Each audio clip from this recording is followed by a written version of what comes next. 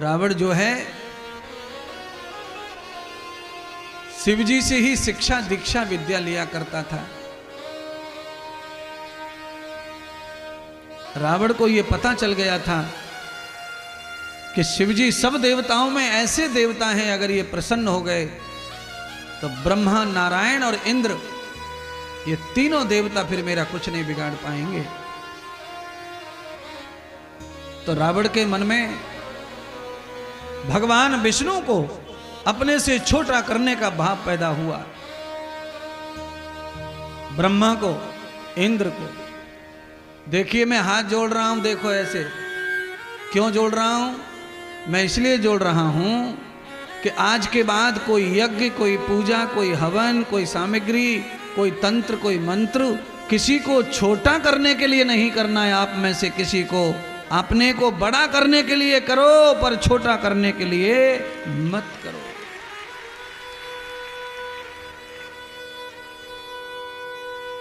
यज्ञ सर्वम खिलमिदम ब्रह्म, यज्ञ सर्व खिलमिद ब्रह्म है। यज्ञ को कोई बांध नहीं सकता। मुख्य यजमान आहुति डाल करके हवन में, कथा में बैठे हैं और यज्ञ भगवान कुंड में से निकल के पूरे ब्रह्मांड को दे रहे हैं रोशनी, खुशबू, प्रसाद। यजमान कितना भी चाहे तो भी यज्ञ का फल सारी दुनिया को लेने से रोक नहीं सकता है। इसीलिए यज्ञ का फल सबसे बड़ा बताया है, क्योंकि यज्ञ का फल रोकने से भी नहीं रुकता। आप यज्ञ को कमरे में बंद करके कर लो, ताले डाल दो, अंदर से दरवाजे लगा दो, खिड़की लगा दो और हवन कर लो। मैं चैलेंज दे सकता हूं, हवन को कोई तालों में भी रोक नहीं सकता। उसकी खुशबू पड़ोसी के घर जाएगी, जाएगी और जाएगी। इसीलिए यज्ञो वै विष्णु, यज्ञो वै स्वर्ग। अरे भाई मुकेश, यज्ञ का यजमान बनने से आदमी स्वर्ग का राजा बनता है। इसीलिए यज्ञ में कभी भी आदमी को 10-20 हजार रुपए देने में संकोच नहीं करना चाहिए, क्योंकि उसका बुढ़ापा और उसके बुढ़ापे के बाद का रास्ता साफ हो जाता है यज्ञ करके। यज्ञ करके इंद्र की गद्दी पर शुक्राचार्य के चेला बलि राजा बैठ गए थे यज्ञ के प्रभाव से। यज्ञ में बड़े बड़े गुण हैं महाराज। ये ज्ञान यज्ञ है, इसका पुण्य आयोजक को इसलिए मिलता है ज्यादा, क्योंकि आयोजक जिन जिन लोगों को जानता तक नहीं है वो भी पंडाल में आकर कथा प्रसाद सुन रहे हैं और उनकी आत्मा को शांति मिल रही है। सारे के सारे देवता शरीर में कथा सुनते हैं मनुष्य के कानों के द्वारा। इसीलिए यजमान को कथा का फल भी अधिक से अधिक मिलता है, क्योंकि ये दुश्मन के भी कान में जाती है। रोड पे चोंगे लगे हैं, कोई विरोधी भी होगा इस कथा का, वो भी सुन रहा होगा पड़ा पड़ा खटिया में। एक आध दिन गाली दी होगी, पर बाद में जब महात्मा की बातें अच्छी लगी तो फिर गाली बंद हो जाती है। फिर वहां पे वो खटिया में पड़े पड़े ही पैर के ठुमके लगाता रहता, सोते सोते नाचता रहता है। महाराज सोते सोते कैसे नाचता है आदमी, वो तो आप सब जानते कैसे नाचता है। मुझसे क्यों पूछ रहे हो, मैं थोड़ा ज्यादा बता दूंगा। फिर बैठे बैठे, सोते सोते, खाते खाते आदमी खूब नाचता है जब उसे आनंद आता है तो। हाँ, आदमी बारात में जाता है, बफर में से थाली भर के कुर्सी पे बैठ जाता है और उधर स्टेज पे ऐसा डीजे में गाना बजता है कि उधर बकरी को सो मुंह चलतो रहे और नीचे पैर जो है वो डांस करता रहता है उसका। भाई महात्मा सही कह रहे हैं, ये तो होता है। खाते खाते भी डांस निकलता रहता है। क्यों?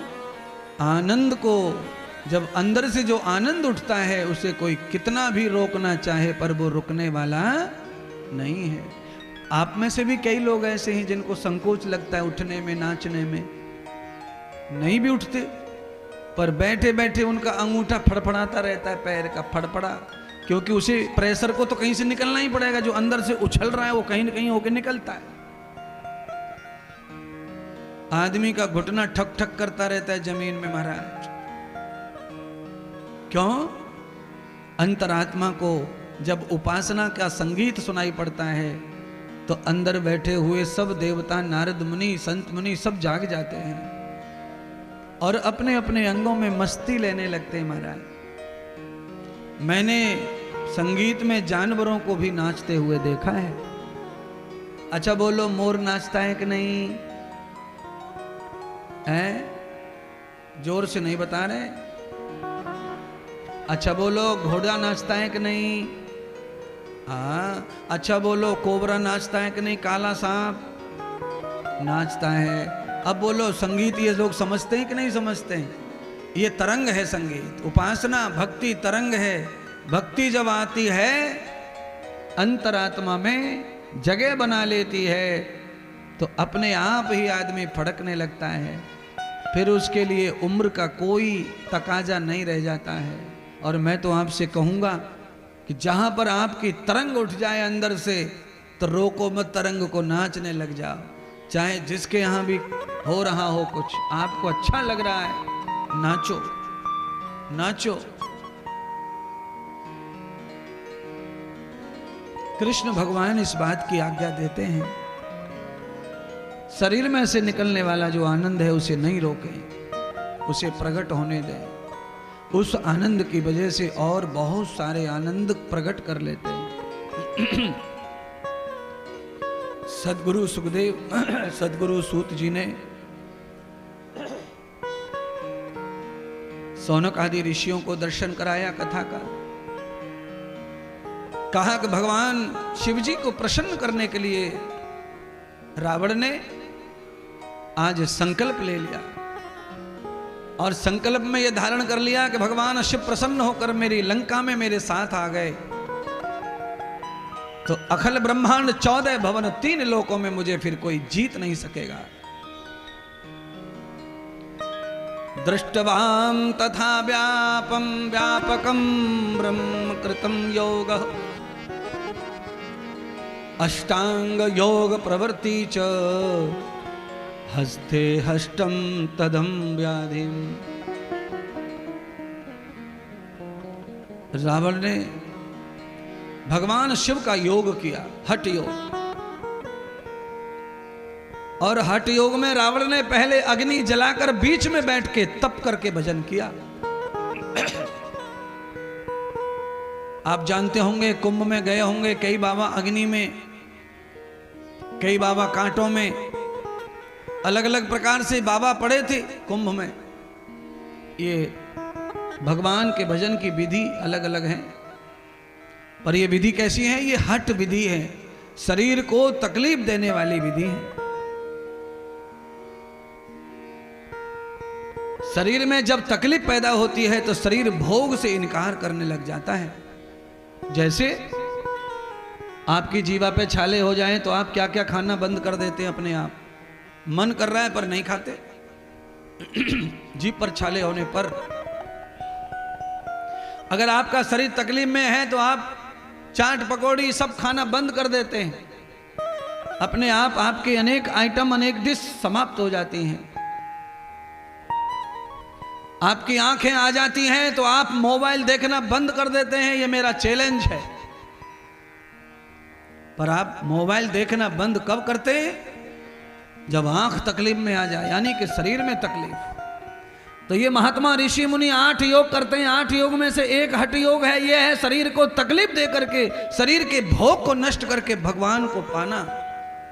रावण ने हठ योग किया, शरीर को तकलीफ दी, अग्नि में रख दिया शरीर और तपने लग गया अग्नि से। 6 महीने तपा। भगवान शंकर जानबूझ के प्रसन्न नहीं हुए। क्यों? भगवान रावण की मनसा को समझ गए थे कि रावण मुझे क्यों प्रसन्न करना चाहता है। रावण का चिंतन अच्छा नहीं है, रावण की सोच अच्छी नहीं है, रावण की डिमांड अच्छी नहीं है। रावण विष्णु को हराना चाहता है, रावण ब्रह्मा को छोटा दिखाना चाहता है, रावण इंद्र आदि सब देवताओं से बड़ा बनना चाहता है। डिमांड अच्छी नहीं है, सोच अच्छी नहीं है। इसीलिए मेरे बंधुओं, जहां तक भी आवाज जा रही है टीवी के माध्यम से, मैं सबको कहना चाहता हूं, भगवान के भजन के उद्देश्य में केवल भाव अच्छा रखो, किसी को डुबाने का थकाने का भाव मत रखो। भगवान सब जानते हैं।